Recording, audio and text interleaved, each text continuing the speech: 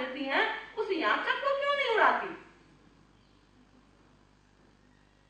उत्तर दिया भाइयों ने, कहीं मुझसे ही ना मांग ले, इसलिए मैं इसको नहीं उड़ाती।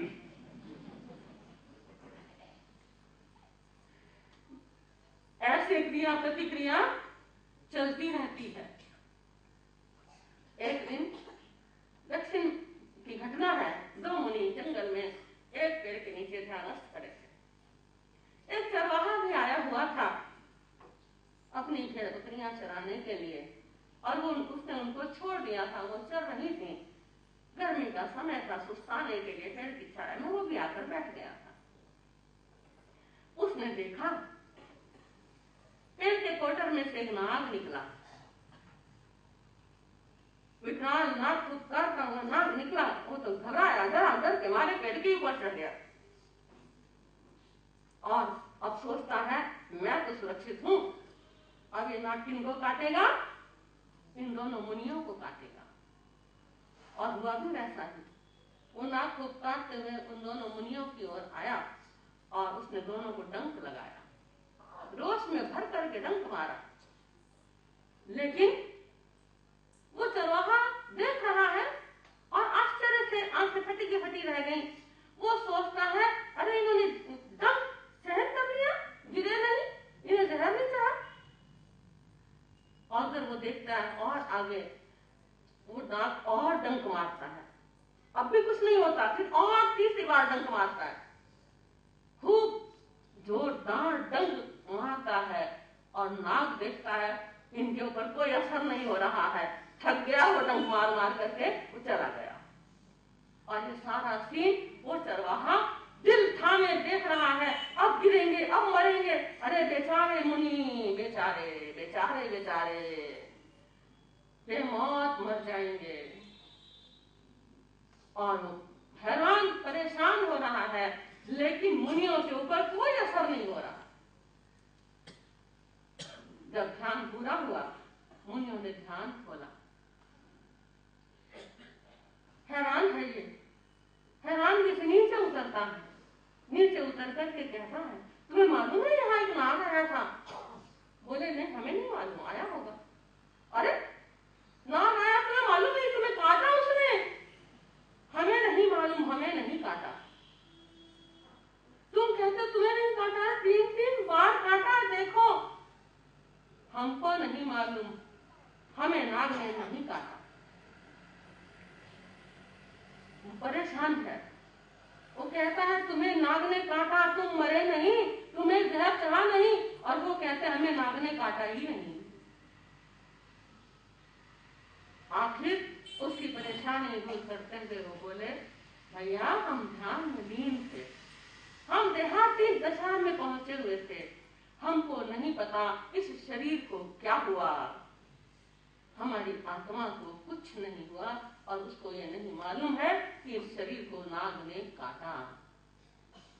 अब इस प्रतिक्रियाहीन स्थिति को वो बेचारा चरवाहा क्या जाने, वो नहीं समझ सकता। ये बहुत ऊपर की स्थिति है, ये महान ज्ञानी ध्यानी तपस्वी संयमी आत्माओं की स्थिति है। दूसरी ओर एक पुरानी कहानी जो कभी पढ़ी थी मैंने, एक गांव में 2 भाई वो गए सर्विस के लिए, दूर देश जाना था और 12 साल बाद भी लौट के आना था। 12 साल सर्विस में ही बिताने थे। जाने लगे, वहां से परिवार से विदा ली। गांव के बाहर एक घर था, वो महिला बहुत मिलनसार थी। घर उसका पहले पड़ता था, इसलिए आने जाने वाले सारे ग्रामीणों को वो ठंडा पानी पिलाती, छाछ पिलाती, दूध पिलाती, सबका मन जीत रखा था उसने। इसलिए कोई भी उसको नमस्कार किए बिना, उसके घर का पानी पिए बिना आगे नहीं बढ़ता। वो दोनों युवक भी चलते घर से निकले और उसके वहां पर पहुंचे।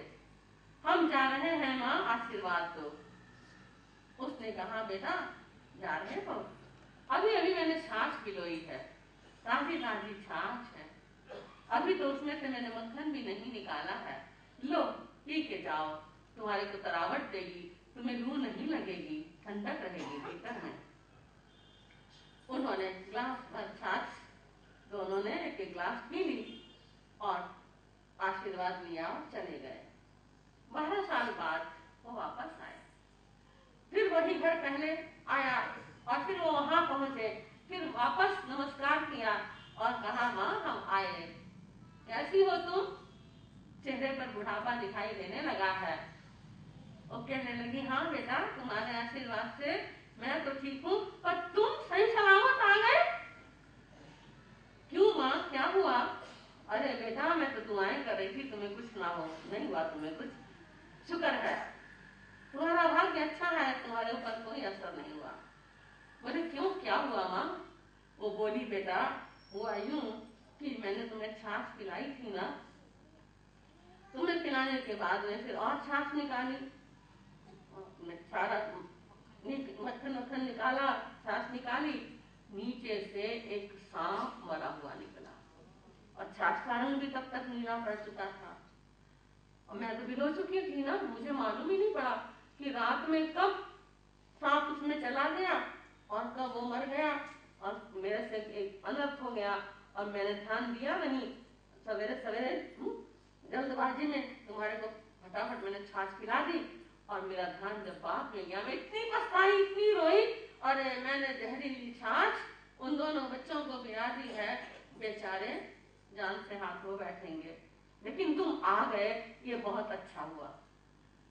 हाँ हमने जहरीली छाछ पी थी और हम जिंदा रह गए, और ये सोचते ही एक ऐसी प्रतिक्रिया भीतर हुई कि उसी समय उस 12 साल पुराने जहर का असर होता है, वो दोनों ऑन द स्पॉट काल का ग्रास बन जाते हैं।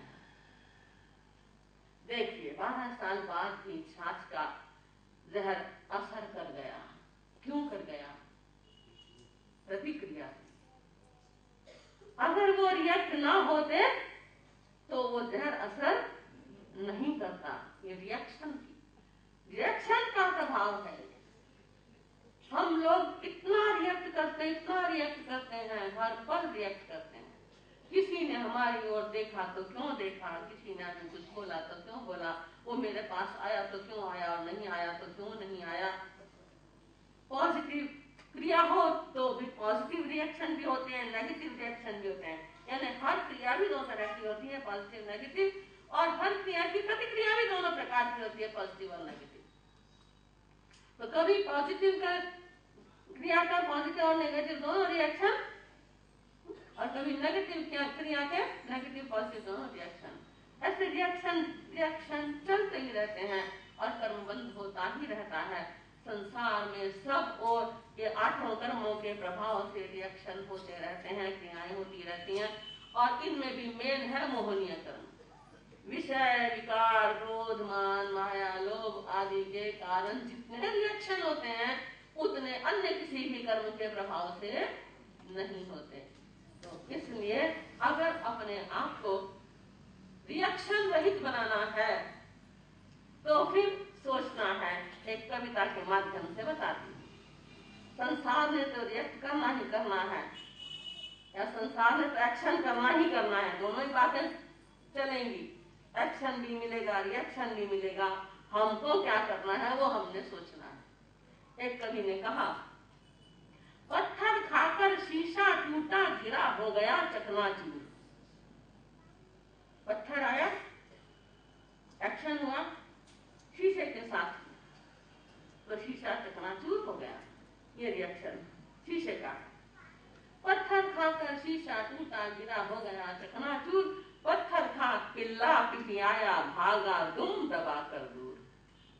कुत्ते के पिल्ले को आप पत्थर मारो तो वो कैसे चींची चींची करता हुआ दुम दबा करके भागता है, उसके ऊपर वो रिएक्शन होता है। पानी पत्थर खाकर उछला मगर ताल में अड़ा रहा। तालाब के पानी में पत्थर डाला, उछलता है वो, रिएक्ट होता है वो, लेकिन वहीं की वहीं रहता है, तालाब से बाहर नहीं आता। लेकिन पत्थर खाकर लोहा